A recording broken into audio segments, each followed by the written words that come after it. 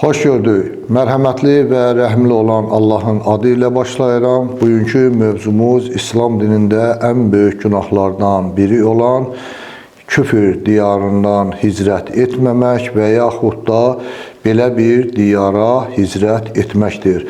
Bu günahın ən böyük günahlardan olmasının dəlili Quran-ı Kərimin aşkar ayələri və Peyğəmbər əleyhissalamın bu günahı ən böyük günahlardan biri kimi göstərməsidir.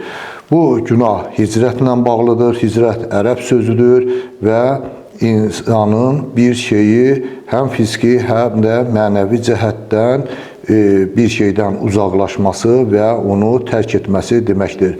Hicrət deyiləndə əsasən İslam dinində Peyğəmbər əleyhissalamın doğulub boya başa çatdığı Məkkə şəhərindən Mədinə şəhərinə köç etməsini ifadə edir. Bu termin əsasən ümumiyyətlə insanın bir yerdən digər bir yerə köç etməsini nəzərdə tutur. Bu günah ümumiyyətlə insanın yaşadığı və dini vəzifələrini rahat şəkildə icra edə bildiyi bir müsəlman ölkəsindən və yaxud da bir rahat bir diyardan, bu barədə rahat bir diyardan digər bir diyara, küfür diyarına hicrət etməsi və ümumiyyətlə əsası isə Peyğəmbər əleyhissalamın dövründə ümumiyyətlə bu günah hicrətdən sonra bədəvlik adlandırılırdı və bədəvlik ümumiyyətlə pis bir şey deyil. Bu ərəblərin çöldə yaşamasını ifadə edir, lakin bədəvlərin çoxu mömin idilər, müsəlman idilər, lakin onların içərisində bəziləri elə olurdu ki, onlar bir gün İslam dinindən öyrəndiyi hər bir şeyi buraxaraq geriyə qaydırdılar. Deməli, hicrət iki cür olur. Quran-ı Kərimdə də hicrət iki mənada işlədilmişdir. Biri insanın fiziki hicrətini, yəni bir yerdən digər bir yerə köç etməsini, digər isə mənəvi hicrəti ifadə edir. Mənəvi hicrət insanın günahlardan, pis əməllərdən uzaqlaşması və Allaha tərəf yönəlməsidir. Fiziki hicrət özü də üç yerə bölünür. Bunların birincisi insanın zülm diyarından, yəni işgəncə görən insanın həmin yerdən digər daha güvəndə olan bir yerə köç etməsi deməkdir. İkinci hicrət isə insanın öz dini vəzifələrini icra edə bilmədiyi küfür bir diyarından daha güvənli müsəlman ölkəsinə və yaxud da daha güvənli bu vəzifələrini, fəaliyyətini icra edə bildiyi daha güvənli bir ölkəyə, yerə, diyara, məmləkətə hicrət etməyini nəzərdə tutur. Üçüncü hicrət isə dediyimiz kimi bu hicrətdən sonra bədəvlik adlanırdı. Hicrətin üçüncü növüdür ki, bunların əvvəlki iki hicrətin tamamilə əksidir. Bu da hicrətdir. İnsanın öz rahat yaşadığı diyardan küfür diyarına hicrət etməyini nəzərdə tutur. Yəni, insan bir müsəlman ölkəsində yaşayır və yaxud da elə bir ölkədə yaşayır ki, o ölkədə dini vəzifələrini çox yaxşı icra edə bilir və həmin ölkədən ailəsini götürərək elə bir küfür diyarına hicrət edir ki, orada öz müsəlman inancını yaşada bilmir və həmin yerdə mütləq surətdə bilir ki, həmin yerdə o dövrün küfür və yaxud da bütpərəstlik inancında ailəsini, uşaqlarını böyüdəcəkdir ki, bu da böyük günahlardan biridir. Deməli, Allah Teala Quran-ı Kərimin 4-cü surəsi, Ən-Nisa surəsinin 97-98-ci ayəsində küfür diyarından hicrət etməyənləri, aqibətlərini, yerlərinin cəhənnəm olacaqlarını və burada müstəsna üç qrupu olaraq göstərir və Allah Teala buyurur ki, mələklər öz nəfslərinə zülm edənlərin canlarını, hicrət yəni etməyənlərin canlarını alarkən onlar deyəcəklər, siz hicrət zamanı nə işdə idiniz? Onlar söyləyəcəklər, biz yer üzərində zəif, aciz kəslər idik. Mələklər onlara, Allahın torpağı geniş deyildimi ki, siz də hicrət edəydiniz deyəcəklər. Onların sığınacaqları yer cəhənnəmdir. o necə də pis yerdir. Yalnız hicrət etməyə, yol və çarə tapmağa qadir olmayan aciz kişi, qadın və uşaqlar müstəsnadır. Yəni Allah Teala burada hicrət etməyənlərin canlarının mələklərin xüsusi şəkildə alacaqlarını, yəni zor göstərərək, əzab verə-verə alacaqlarını göstərir və həmin insanların kafir olduqlarını Allah Teala buyurmasa da buradan o çıxır. Çünki kafirdən başqa heç kəsin mələklər canlarını bu tərzdə almırlar və cəhənnəmə də bildiyimiz kimi girən mömin yox, kafirlərdir və onların yerinin cəhənnəm olacağını Allah Teala göstərir və burada da üç qism insanlar göstərir ki, bunlar aciz kişi, qadınlar və uşaqlardır. Bildiyimiz kimi ailənin böyüyü kişi olduğuna görə bu günahın da əsas ağırlıq mərkəzi kişilərin üzərindədir və əsasən bu günah kişilər barədədir. Yəni ailəni bir yerdən digər bir yerə köçürdürmək elə də asan məsələ deyil. Hörmətli izləyicilər, hər bir ağıllı adam bilir ki, insanın bir yerdə illərlə köç salıb yaşaması, ya onun doğulub boya başa çatması və yaxud da müəyyən bir hadisədən sonra həmin yerə köç salması ilə bağlıdır ki, bu da onun iş yeri, qazancı, ailəsinin, uşaqlarının müasir dövrdə məktəbə getməsi və s. işlərlə bağlıdır ki, bunların hamısının üstündən xətt çəkib digər bir yerə köç etmək müasir dövrümüzdə ümumiyyətlə hər vaxt əvvəlki dövrlərdə də elə asan məsələ deyildi.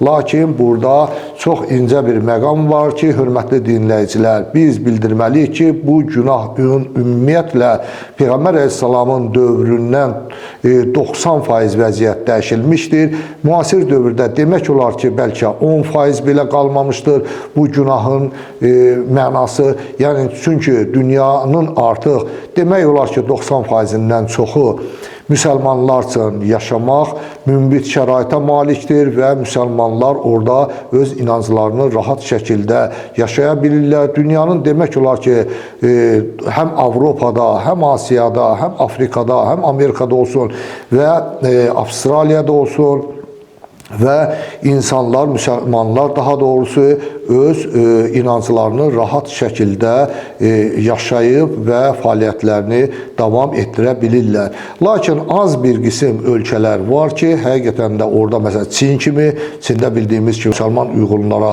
böyük təzyiqlər var, onların inancına qarşı da fəaliyyət həyata keçirilir. Lakin əksər dünyanın ölkələrində belə bir zülm yoxdur. Mən bir misal da çəkə bilərəm. Bu yaxınlarda Hollandiyadan dostumuz gəlmişdir və o da bildirir ki, biz hətta sübh namazlarını belə məsciddə qılırıq. Halbuki özüm də daxil olmaqla ətrafımda heç kəsin mən sübh namazını məsciddə qılmağının şahidi olmuram. Gördüyümüz kimi Avropada da münbit şərait var, məscidlər də kifayət qədər var və insanlar da öz inanclarını rahat şəkildə yaşaya bilirlər. Hicrətlə bağlı danışaq, hicrət bir termin kimi İslam dilində dediyimiz kimi Peyğəmbər əleyhissalamın köçünü nəzərdə tutur. Bu köç miladi 622-ci ilin avqustun 24-26-sında başlamışdır. Bu gecəyə Ləylətül Məbid gecəsi deyilir, bu yataq gecəsidir.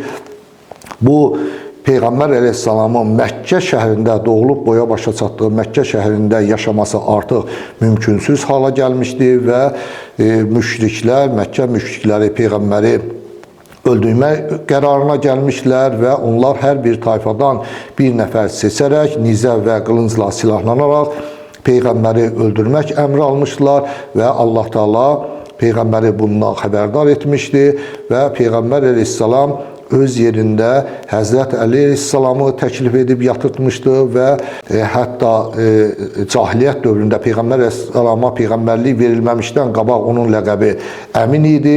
Çox maraqlıdır ki, Peyğəmbər əleyhissalama hətta düşmən olan insanlar belə səfərə çıxarkən öz əmanətlərini Peyğəmbərə verməkdən çəkinmirdilər və bu səbəbdən Peyğəmbərdə bir çox insanların əmanətləri var idi ki, o əmanətləri sahiblərinə qaytarmaq üçün Həzrət Əleyhissalama tapşırdı və buradan da görüşdür ki, həyatı boyunca Həzrət Əleyhissalam Peyğəmbəri 100%lik ölümlərdən dəfələrlə xilas etdiyi kimi, burada da ölümdən Peyğəmbər Əleyhissalamı xilas etdi və onun yerində yatdı. Peyğəmbər əleyhissalam Məkkəni tərk etdi və həmin düşmən tayfanın üzvləri havanın qaralmasını gözlədilər. Artıq Peyğəmbər Məkkədən uzaqlaşmışdı və hava qaralan kimi onlar evə daxil olub örtüyü çəkdilər və örtüyün altında Həzrəti Əlini gördülər və onu öldürmədilər. Çünki bu onların vəzifəsi deyildi. Onlara Peyğəmbəri öldürmək tapşırılmışdı. Peyğəmbər əleyhissalam 9 gün sonra sentyabrın əvvəlində Mədinə şəhərinin ətrafında Quba məntəqəsinə çatdı və İslamda ilk məscid Quba məscidi burada tikildi. 3 gün sonra Həzrət Əli Fatimə adlı 3 qadını da götürərək bunlar Həzrət Əlinin anası Fatimə binti Əsəd, Həzrət əleyhissalamın həyat yoldaşı Fatimə Zəhra və Fatimə binti Zübeyr idi. Bu qadınları da götürərək 3 gün sonra Peyğəmbər əleyhissalama yetişdi və onlar Mədinəyə daxil oldular. Lakin İslam təqvimi bu tarixdən başlamadı. Bu 639-cu ildə 2-ci xəlifə Ömər bin Xəttabın zamanında məktublara tarix qoyulmaq məsələsi ortaya çıxdıqda Həzrət Əlinin təklifi ilə təqvim hicrətdən hesablandı. Bildiyimiz kimi o dövrdə də ərəblər qəməri təqvimindən istifadə edirdilər və qəməri təqvimində 12 ay var. Onların birincisi Məhərrəm, ikincisi Səfər, üçüncüsü Rabiül Əvvəl, dördüncüsü Rabiül Axir, beşincisi Cəmadiyəl Əvvəl, altıncı Cəmadiyəl Axir, yeddinci Rəcəb, səkkizinci Şaban, 9-cu Ramazan, 10-cu Şəvval, 11-ci Zilqədə və 12-ci isə Həcc ayı olan Zilhiccədir.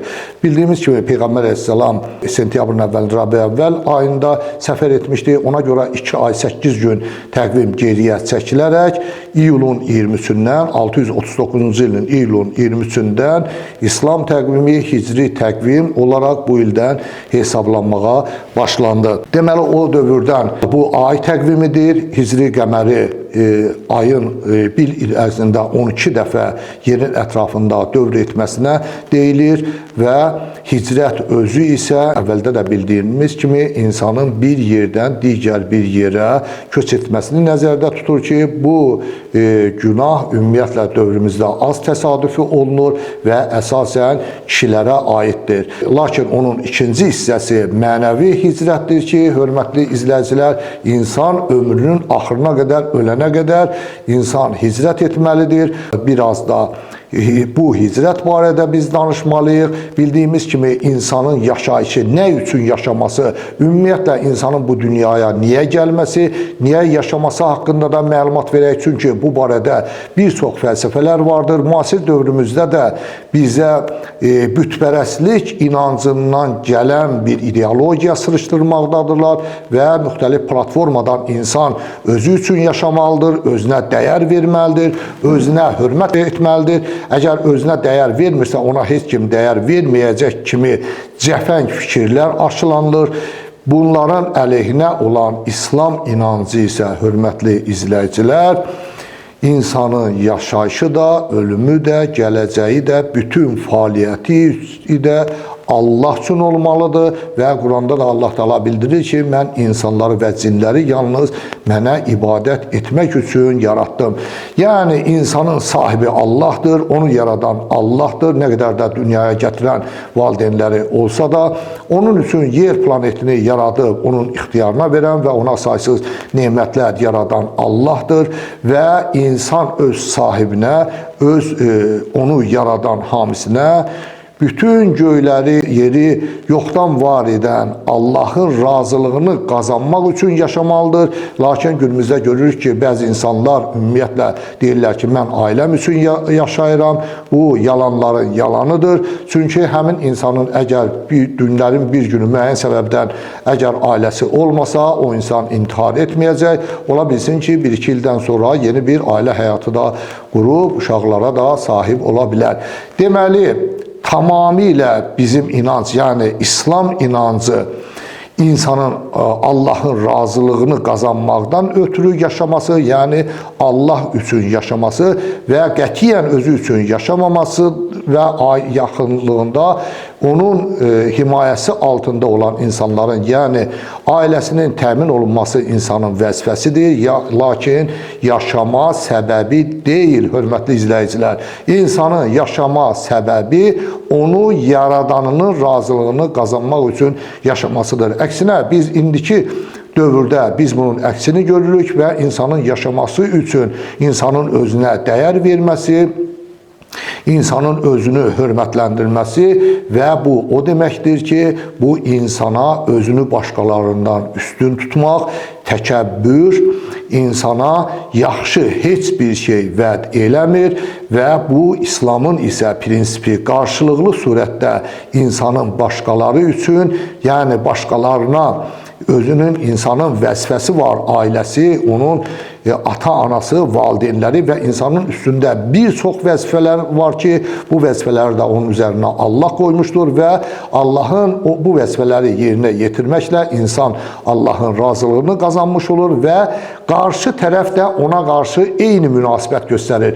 Yəni, İslamın qarşılıqlı qardaşlığı prinsipinə müqabilində insanın özünə dəyər verməsi, özünü uca tutmağı günümüzdə təlqin edilir ki, bu da cəfəng və insana təkəbbür, lovğalıqdan başqa heç bir yaxşı bir şey vəd eləmir.